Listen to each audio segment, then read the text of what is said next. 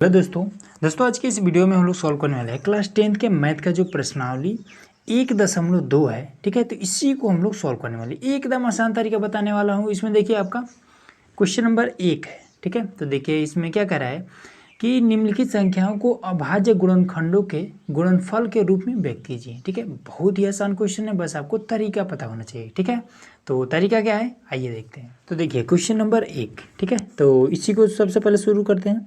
तो 140 को सबसे पहले आपको इस तरीके से लिख लेना है और इसका आपको गुणनखंड कर देना है। ठीक है, सबसे पहले आपको छोटा अंक से करना होता है। 2 से करेंगे तो 2 सत्ते 14 हो जाएगा, 0 उतार लेंगे। ठीक है, फिर 2 से करेंगे तो 2 3 6 और 2 पचे 10 हो जाएगा। ठीक है, फिर 5 से कर लेंगे तो 5 सत्ते 35, फिर 7 से करेंगे तो 7 एकम 7। ठीक है, अब हमें क्या करना है इसमें कि गुणनखंडों के गुणनफल के रूप में बता देना है। मतलब कि इसको इस तरीके से लिख देना है 2 गुणे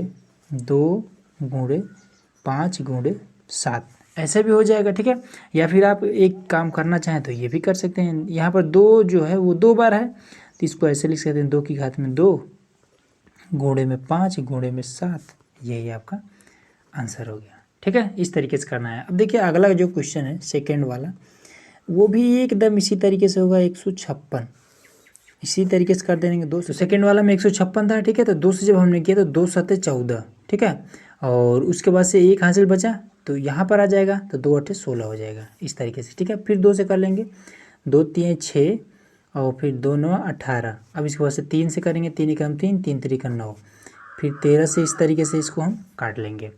अब इसके बाद से क्या बचा, इसका जो गुणनखंड है वो आपका 2 गुणे 3 गुणे 13 इस तरीके से। ठीक है, तो ऐसे ही छोड़ दीजिए, या फिर आप 2 की घात में 2 और गुणे में 3 गुणे में 13 ऐसे करिए। ठीक है, ये सभी एकदम आसान है। अब इसी तरीके से आपका जो क्वेश्चन नंबर तीसरा है वो भी एकदम आसान है, चौथा है वो भी आसान है। ठीक है, पांचवा मैं आपको बता देता हूँ, थोड़ा सा आपको डिफिकल्ट लग सकता है। ठीक है, पांचवा, तो बाकी दोनों आप स्वयं कर लीजिएगा, एकदम आसान ही है। तो आपका 74 और 29 है।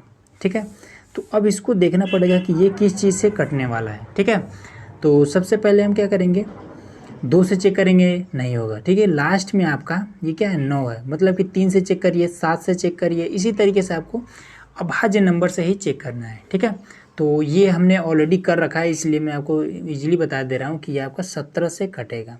ठीक है, तो ये आपका कितना हो जाएगा, ये यहाँ पर 74 है तो 17 का पहाड़ा ऐसा पढ़ना है कि 74 से अधिक ना हो, या फिर 74 आ जाए या फिर उससे थोड़ा कम ही रहे।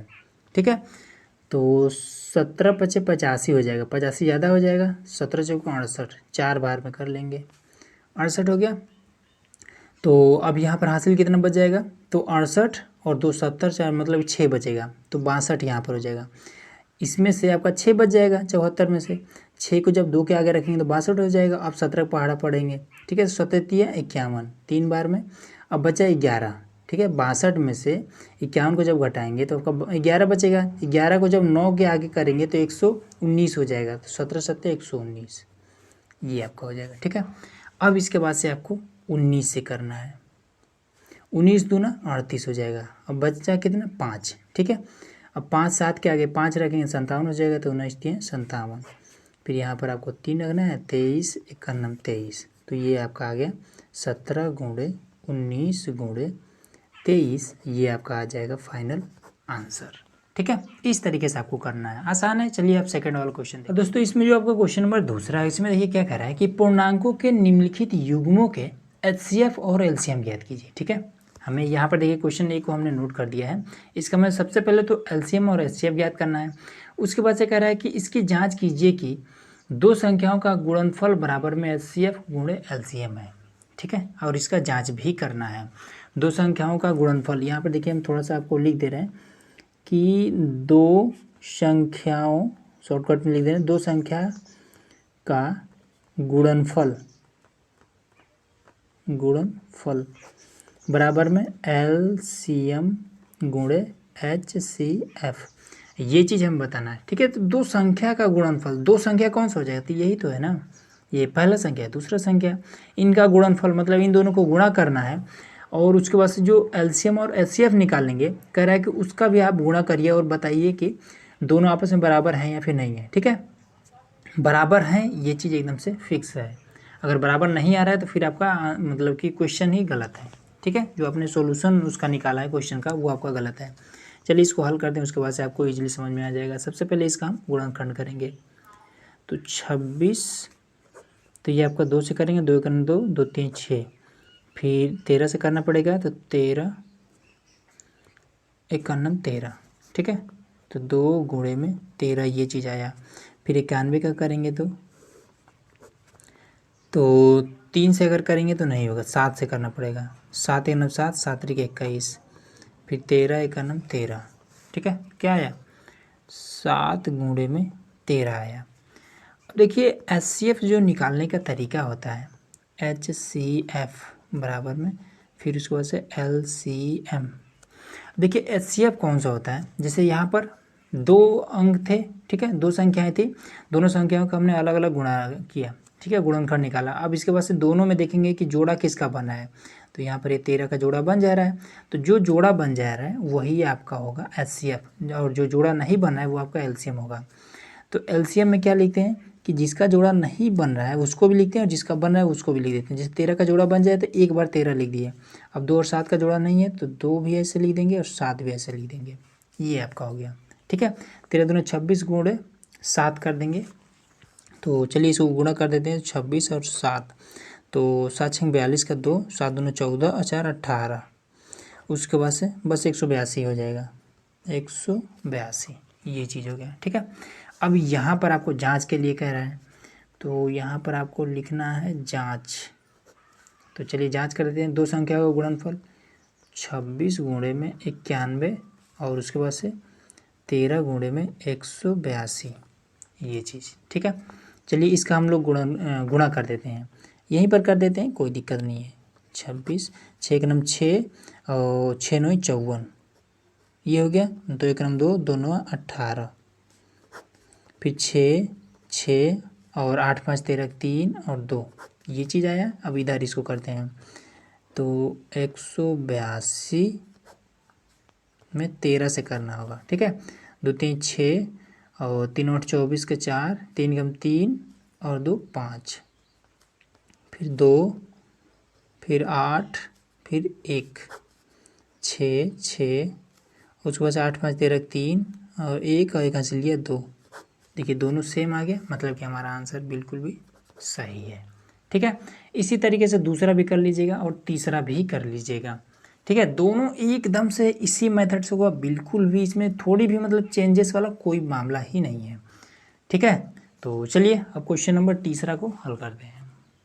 अब दोस्तों क्वेश्चन नंबर तीसरा है, इसमें देखिए क्या कह रहा है कि अभाज्य गुणनखंड विधि द्वारा निम्नलिखित पूर्णांकों के HCF और LCM ज्ञात कीजिए, ठीक है। तो देखिए यहाँ पर हमने क्वेश्चन नंबर तीसरा को नोट कर दिया है, तीसरा का ये पहला है, ठीक है, यहाँ पर हमने नोट कर दिया है। अब देखिए इसको हल कैसे करेंगे, आसान है। सबसे पहले तो यहाँ पर देखिए कितने संख्याएं दी गई हैं, तो 1 2 3 संख्याएं दी गई हैं, ठीक है। मतलब कि हमें 3 3 का जोड़ा बनाना पड़ेगा। सबसे पहले इस 12 को हम इस तरीके से कर दे रहे हैं, तो 12 का हम निकाल लेंगे गुणनखंड, ठीक है। तो 2 6 के 12, फिर 2 3 6, फिर 3 1 3, 12 का हो गया। 15 का कर लीजिए, ठीक है। अलग अलग करेंगे ना तो इसमें थोड़ा सा आपको आसान रहेगा समझने में। तो 3 5 15, फिर 5 1 5, फिर 21 का कर लेंगे तो 3 7 21, फिर 7 1 7, ठीक है। अब इसको अलग अलग लिख भी लीजिए कि 2 गुणे 3 पहला हो गया। अब दूसरा 3 यहाँ पर है, इसमें 3 है ना, तो यहाँ पर 3 लिख दीजिए, थोड़ा सा समझने में आसानी रहेगा। और ये वाला 5 आप कहीं भी लिखिए। फिर यहाँ पर 3 है तो यहाँ पर लिख दीजिए और 7 यहाँ पर लिख दीजिए, ठीक है। सब अलग अलग है इसलिए बराबर लगा देंगे। अब देखिए जोड़ा किसका बना है, तो इसका जोड़ा बन रहा है, तो आपका जो HCF होगा HCF वो आपका 3 हो जाएगा, और LCM जो होगा वो आपका ये 3 तो रहेगा ही, ठीक है। तीनों का जोड़ा बना है तो एक बार हमने 3 लिख लिया है यहाँ पे। देखिए LCM में क्या होता है कि जिसका जोड़ा बनता है वो भी रहता है और जिसका जोड़ा नहीं बनता है वो भी रहता है, ठीक है। तो इसमें आप क्या कर देंगे, 2 बार 2 है तो गुणे में 2 कर देंगे, 2 बार 5 है और 7 है तो गुणे में 5 कर देंगे और 7 कर देंगे, ठीक है। अब देखिए कुछ लोग कहेंगे कि यहाँ पर 2 का भी जोड़ा बना है लेकिन 3 3 का जोड़ा हमें बनाना है, ठीक है। जैसे यहाँ पर 3 3 है सब में, तो यहाँ पर हमारा HCF हो गया है। ये उसी प्रकार से इसमें जो है वो आपका 3 बार नहीं है, 2 केवल 2 ही बार है, तो इसलिए इसका जोड़ा नहीं बनेगा। ठीक है, इसको आप चाहें तो आप गुणा भी कर सकते हैं। तो 3 दूना 6 दूना 12 पचे 60 और 60 और 7 छंग 42, 420 हो जाएगा। ये आपका इस तरीके से आंसर होगा। ठीक है, चलिए एक और क्वेश्चन देख लेते हैं। तो देखिए 17 का आप निकाल लीजिए, 17 एकन्नम 17। ठीक है, 23 का निकाल लीजिए, 23 एकन्नम 23। 29 का निकाल लीजिए, 29 एकन्नम 29। ठीक है, अब सबको यहाँ पर लिखिए 17 गुणे 1, 23 गुणे 1, 29 गुणे 1। ठीक है, सब अलग अलग है। तो अब देखिए इसमें जोड़ा किसका बना, इसी का, 3 3 का। तो HCF बराबर में आपका 1 हो जाएगा और LCM बराबर में आपका 17 गुणे 23 गुणे 29। बस यही आपका हो जाएगा आंसर। और हाँ, इसका गुणा करके ज़रूर लिख लीजिएगा। ठीक है, नहीं तो नंबर कट जाएंगे। तो ये तरीका होता है इसको हल करने का। ठीक है, उम्मीद है कि ये वाला भी आपको क्वेश्चन ईजिली समझ में आ गया होगा, आसान भी था। चलिए अब चौथा नंबर करते हैं। अब देखिए क्वेश्चन नंबर 4। ठीक है, एकदम से छोटा सा क्वेश्चन, इसलिए यहाँ पर हमने नोट भी कर लिया है। तो देखिए कह रहा है कि 306 और 657 का जो HCF है वो यहाँ पर 9 इसने निकाल रखा है। ठीक है, अब कह रहा है कि 306 और 657 का जब LCM जो है वो आप निकालिए। ये चीज़ ये वाला क्वेश्चन कह रहा है। ठीक है, तो सिंपल है, 306 का हम इस तरीके से आपको सिंपल गुणनखंड कर लेना है। 2 एकन्नम 2, हासिल बचा 1, 2 पचे 10, उसके बाद से 2 तिये 6 से काटे हैं तो इतना हो गया। ठीक है, अब इसके बाद से इसको हम 3 से काट लेंगे। तो 3 3 पचे 15 और 3 एकन्नम 3। ठीक है, उसके बाद से इसको फिर 3 से काट लेंगे। तो 3 एकन्नम 3 और 3 7 21। उसके बाद से 17 से काट लेंगे। तो 17 एकन्नम 17, ये हो गया। अब इसमें आते हैं 657। इसमें 2 ही संख्याएं हैं तो इसलिए 2 2 का ही इसमें जोड़ा बनाएंगे। तो इसको भी अब लास्ट में 7 है, जब लास्ट में 7 है तो 2 से कटने वाला ही नहीं है। ठीक है, तो इसको हम 3 से देखेंगे तो 3 से कट जाना चाहिए। 3 दूना 6, 3 एकन्नम 3, 3 9 27। ठीक है, उसके बाद से 3 7 21 और 3 3 9। और उसके बाद से ये जो आपका 73 है ये तो नहीं कटने वाला है। ठीक है, चलिए 73 नहीं कटेगा, 73 एकन्नम 73 ऐसे तो कटेगा। चलिए ये चीज़ हो गया। अब इसके बाद से इसका जो गुणनखंड है सबसे पहले यहाँ पे लिखते हैं कि 2 गुणे 3 गुणे 3 गुणे 17, ये वाला यहाँ पे हमने लिख दिया है। ठीक है, अब इसको भी लिख लेते हैं यहाँ पे कि 3 गुणे 3 गुणे 73, ये चीज़। ठीक है, तो देखिए सबसे पहले तो इसमें कितने का जोड़ा बना है, 2 ही संख्याएं हैं ना, मतलब 2 2 का जोड़ा बनेगा। ये चीज़ आपका 1 बन गया, ये चीज़ आपका 2 बन गया। ठीक है, तो मतलब कि HCF जो होगा इसका HCF वो आपका 9 होगा, जो कि यहाँ पर दिया भी था। ठीक है, और LCM, तो LCM जो होगा आपका वो कितना हो जाएगा, पहले तो इनको भी लिख लेंगे यहाँ पे 9।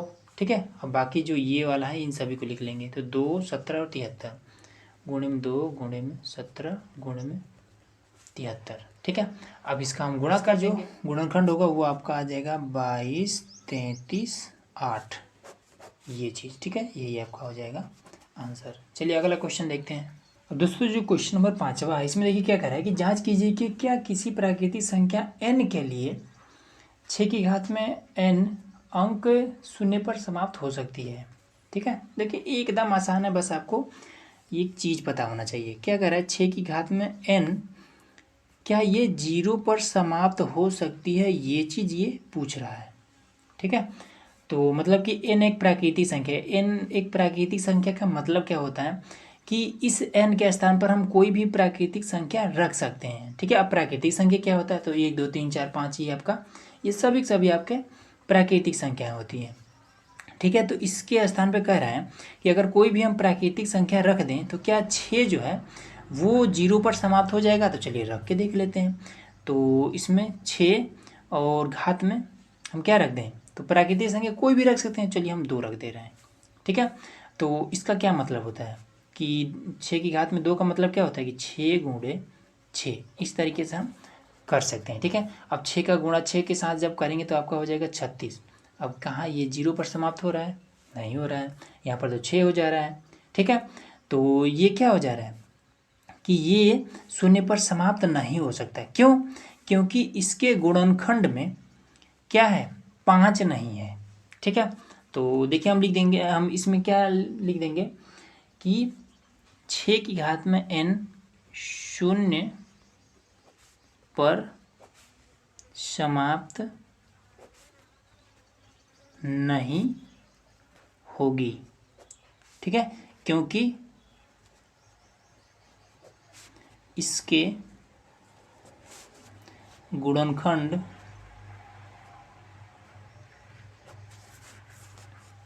में 5 नहीं है। ठीक है। अब देखिए, अब इसका क्या मतलब क्या होता है, मैं आपको मतलब समझा देता हूँ कि कोई भी संख्या दिया हो जिसके गुणनखंड में 2 होगा और 5 होगा, वही आपका जा करके 0 पर ख़त्म होगा। ठीक है। अब जैसे कि मान लीजिए कहीं पर दिया है 2 गुणे 3 गुणे 3 गुणे 5, इस तरीके से मान लीजिए दिया है। ठीक है। तो ये वाला एकदम से 100% गारंटी है कि ये जो है वो आपका इसका लास्ट में आपका 0 ही आएगा, ये 0 पर ही समाप्त होगा। कैसे? देखिए, 2 3 6, ठीक है, और 6 3 18, 18 5 90, देखिए हुआ ना ख़त्म। तो जिस संख्या के गुणनखंड में 2 और 5 होगा, वही आपका जाकर के 0 पर समाप्त होगा। अब देखिए इसके गुणनखंड में क्या हो रहा है, तो 6 को हम कैसे लिख सकते हैं? 6 को हम 2 गुणे 3 के रूप में लिख सकते हैं, बीच में गुणे है, गुणे लगा दी। इस 6 को 2 गुणे 3 के रूप में लिख सकते हैं, लेकिन इसमें देखिए 2 है 3 है, 2 है 3 है, लेकिन 5 कहीं पर भी नहीं है।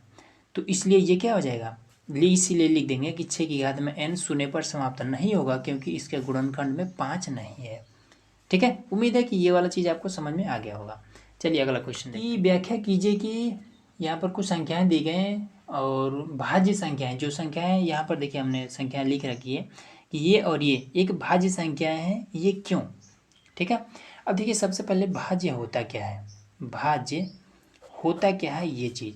तो देखिए जिस संख्या का गुणनखंड 2 से अधिक होगा, ठीक है, 2 से अधिक होगा, वो आपका भाज्य संख्या होता है। जैसे कि मान लीजिए 8, 8 का जो गुणनखंड है वो क्या है, 2 चौका 8, 2 दूना 4, 2 एक नम 2, देखिए 3 एक 4, 4 इसके क्या है, गुणनखंड है। तो इसलिए 8 क्या है, एक भाज्य संख्या है। उसी प्रकार से इसको हम चेक करेंगे। ठीक है। तो देखिए सबसे पहले आपको लिखने का तरीका ही बताया था, इस तरीके से हल लिखना है। उसके बाद से देखिए यहाँ पर 13 है, यहाँ पर भी 13 है, तो हम 13 को कॉमन ले सकते हैं। तो 13 को हमने कॉमन ले लिया, तो अब यहाँ पर क्या बचा, तो 7 गुणे 11 और प्लस का 1 बचा, ये चीज़। ठीक है।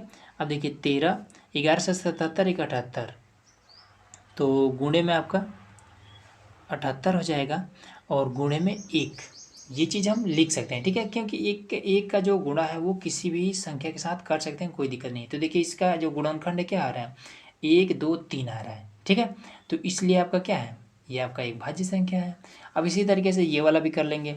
तो इसमें भी आपका 5, देखिए ये कॉमन हो रहा है, तो 5 को हम यहाँ पर कॉमन ले लेंगे। ठीक है। अब यहाँ पर लिख देंगे कि 7 गुणे 6 गुणे 4 गुणे 3 गुणे 2 और गुणे 1 प्लस का यहाँ पर से ये और ये कॉमन है, तो यहाँ पर 1 बचेगा।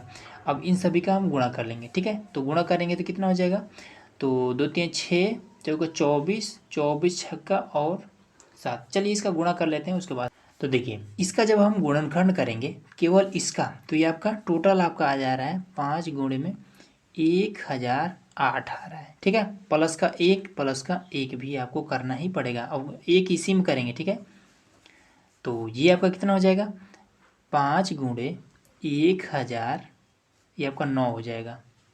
ठीक है। 1009 और गुणे में 1 भी लिख सकते हैं। तो ये आपका कितना हो जाएगा, ये इसके भी गुणनखंड क्या है, 2 से अधिक है, इसलिए आपका भाज्य है। ठीक है। तो यही चीज़ आपको लिख देना है, और कुछ भी करने की इसमें ज़रूरत नहीं है। और यहाँ पर आपको लिख देना है कि